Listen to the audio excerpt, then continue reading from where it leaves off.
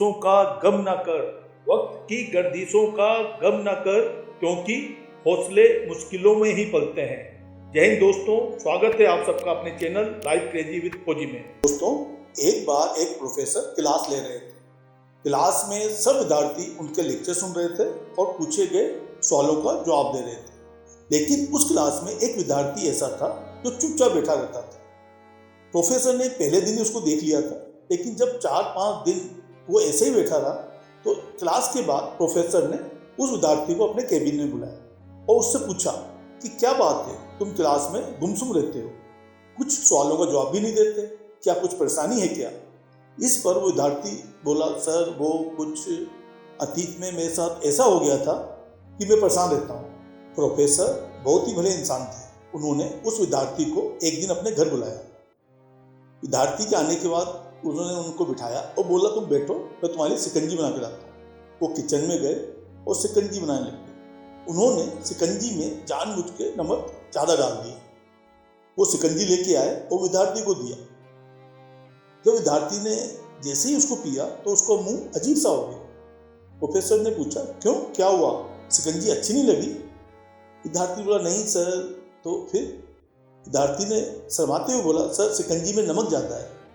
Professor ने बोला, ओहो, ये तो गलत हो गया, लाओ शिकंजी दे दो वापस, मैं इसको फेंक देता हूँ। जैसे उन्होंने उसकी ओर हाथ बढ़ाया तो विद्यार्थी ने कहा, नहीं सर, नमक की तो ज़्यादा है, इसमें हम चीनी मिलाएंगे तो ये ठीक हो जाएगी। प्रोफेसर ये बात सुनकर गंभीर हो गए और कहा कि ठीक कहा तुमने, ये शिकंजी तुम्हारी जिंदगी की तरह है और इसमें अधिक नमक तुम्हारे अतीत के बुरे अनुभव। जिस प्रकार हम शिकंजी में से नमक नहीं हटा सकते, लेकिन उसमें चीनी डाल के उसको मीठा बनाया जा सकता है, उसी प्रकार जीवन भी इसी प्रकार है। हम जीवन के अतीत के बुरे अनुभव को तो हटा नहीं सकते, लेकिन उसमें कुछ अच्छी चीज़ें ऐड करके, कुछ ज़िंदगी में मिठास पैदा करके हम उनको कम कर सकते हैं। इस प्रकार हम एक अच्छे जीवन जी सकते हैं। दोस्तों, बोलने का आशय यह है कि हम भी अतीत की बुरी यादों और अनुभवों को लेकर दुखी होते रहते हैं। इस तरह हम अपने वर्तमान पे ध्यान नहीं दे पाते और आने वाले भविष्य को भी खराब कर लेते हैं। दोस्तों, इस दुनिया में ऐसा कोई इंसान नहीं जिसने जन्म लिया हो और दुख ना सहे। दुख हर किसी इंसान के जीवन में आता है, लेकिन ये मैटर करता है कि उन दुखों को हम किस प्रकार से फेस करते हैं। क्या उन दुखों से हम उभर पाते हैं या बिखर जाते हैं? दोस्तों, मैं मानता हूँ कि ये दुख, दर्द, पीड़ा वही समझ सकता है जिसने अपना करीबी खोया हो। लेकिन ये जीवन चक्र है, हमें इसको समझना पड़ेगा। क्या सिर्फ दुख में रह के हम जीवन जी पाएंगे?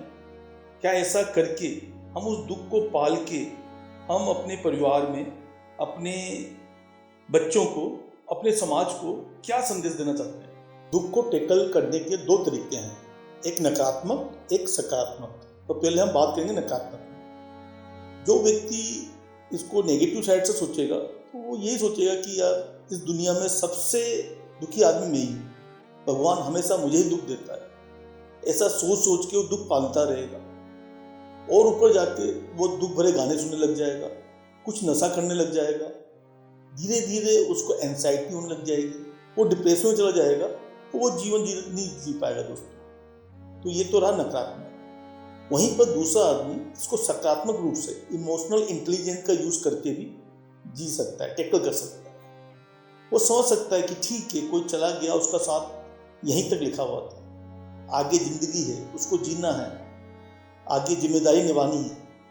क्या भगवान राम, जिनका राज तिलक होना था लेकिन उनको वनवास जाना पड़ा, वनवास में भी उनकी वाइफ सीता माता का अपहरण हो गया। गुरु गोविंद सिंह जी, जो सिख धर्म के 10वें गुरु थे, इनके 2 शहजादों को उनकी आंखों के सामने दीवार में चुनवा दिया गया, उनकी माता जी को मरवा दिया गया, लेकिन वो अपने कर्तव्य पथ से नहीं डटे, वो वहीं लगे रहे, जो उनको कर्तव्य था वो काम करते रहे। तो दोस्तों, जो हमें दुख से एनर्जी मिलती है, डिपेंड करता है कि हम उसको किस साइड लगाते हैं।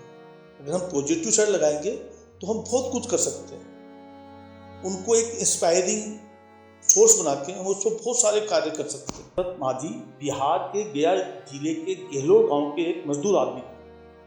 उनकी वाइफ जब उनका खाना लेके गांव के उस पार जो उनका खेत था वहाँ जाती थी, तो एक दुर्घटना में उनका पाँव स्लिप हो गया। अब देखने वाली बात है कि दशरथ माझी ने इस अपने दुख को किस प्रकार लिया। उन्होंने दोस्तों ठान लिया कि जब तक उस पहाड़ को फोड़ेंगे नहीं, जब तक छोड़ेंगे नहीं। इस नीति पर उन्होंने कार्य किया और लगातार 22 साल तक उन्होंने पर्वत को चीर डाला, उसमें से रास्ता बना डाला। तो इसको बोलते हैं कि कैसे उन्होंने अपनी दर्द को सकारात्मक में बदला। दोस्तों मैं जानता हूँ दर्द से उभरना इतना आसान नहीं है, लेकिन हमें ये सीखना पड़ेगा, हमें इमोशनल इंटेलिजेंस का यूज़ करना पड़ेगा। दर्द आता है, भावनाएं आएंगी माइंड में, आने दें, फिर इसमें सोचें कि इस पर अब ज़्यादा मेहनत करने से, ज़्यादा इसमें डूबने से कुछ नहीं निकलना, इस सब में निकलना पड़ेगा। तो दोस्तों अंत में मैं यही कहना चाहूँगा कि उम्मीदों की समा को कभी बुझने ना देना, उम्मीदों की समा को कभी बुझने ना देना, एक जुगनू ही काफ़ी है उजाले के लिए। जीवन के दुखों को पा लेना, उनको भूलने की, उनसे उभरने का प्रयास करें, और दुख है तो सुख भी होगा। समय को थोड़ा समय दें। वीडियो अच्छी लगी हो तो लाइक करें, दोस्तों में शेयर करें। जय हिंद, जय भारत।